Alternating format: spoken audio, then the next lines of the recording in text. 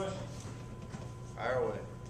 How was practice today, Coach? It was good. I thought they came out there with good energy. I think they all are excited for this game. I think you could just feel real good energy and flow out there, and I think everyone's real excited for the game this weekend. And it was good, obviously, like every Tuesday. Like I tell you, every Tuesday we got to get better and all the little things execute in the next 2 days. But I like the energy, I like the hustle and the effort out there, and it was good. Talk about some of the injuries that South Carolina has on defense and how that affects them. You know, they lost the big defensive end about the 9th play of the Tennessee game. Made him go a little bit more 3 down front. And he was a real good player, so obviously that probably hurts him a little bit. They're saying that 17 might not play. He's a good football player, so, you know, they have a good scheme. They play hard, so, you know, they're going to be good regardless. This time of the year, everybody has injuries. You just got to line up and play hard. So, you know, you hope that guys don't get hurt, so I don't know.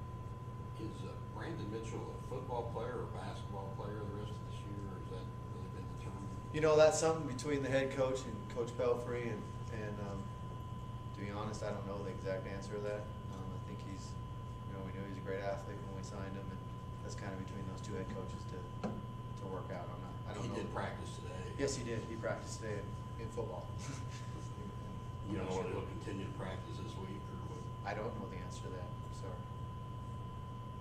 How important is the running game going to be this week? Real important. It's real important, especially if, you know, I think one thing you got to do against them is come out and run the ball and then get after them. And if we can establish the run, I think that opens everything else up, and it always takes some pressure off the quarterback.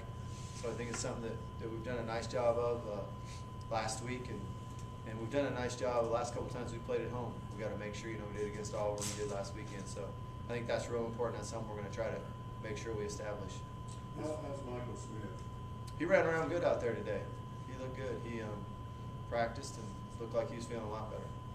Broderick Green, what's kind of turned it around from the back and struggle maybe in the spring and early season to what he's doing now? I think it's a matter of getting himself back in good shape and playing a bunch, you know, and learning the system and getting reps, and then anytime you start having a little success, then you get your confidence up. And he's been running good.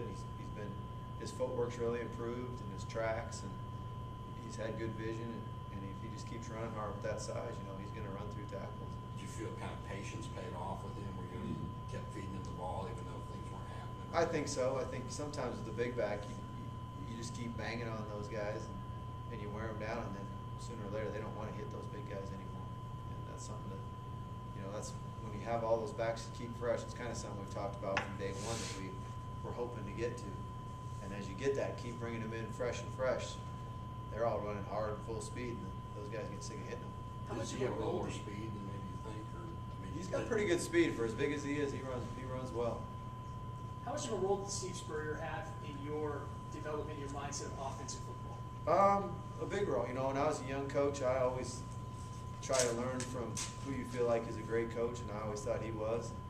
I remember back when we were at Utah State one year, we got all kinds of cut-ups from Florida and studied them, and, you know, I've always tried to look and see the things he does. When I was at University of Idaho, we went and spent, when I was actually coaching for John L., we went and spent a week with Erickson in Miami, and then drove up and spent like 3 or 4 days with, you know, at Florida, trying to learn. And, you know, not a whole lot of it's ever been personal, but I've studied them on tape a lot, and so it's something I've always looked at. Do you think that helps? Maybe like you can use that to kind of let the defense know, hey, we know their offense, or is it still the same? Or a lot of things are similar. You know, he's a big guy that likes to have a favorite play for favorite coverages, and that's something you can see studying him.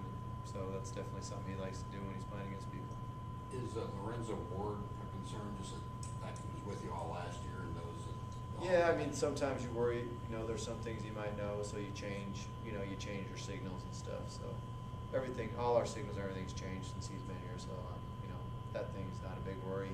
He might he was around for a year in practice, so he knows some of the players. But, you know, once you get out on the field, you go out there and compete and get after it. But that's definitely something you think about, yeah. what do you remember about Ellis Johnson while he was here? I drove down and saw the guys at Warren and Camden with him. So he wasn't here real long. You know, he was a real good guy, nice guy, obviously a great coach. But he wasn't here that much, and we were all out on the road recruiting. One day I happened to be with him.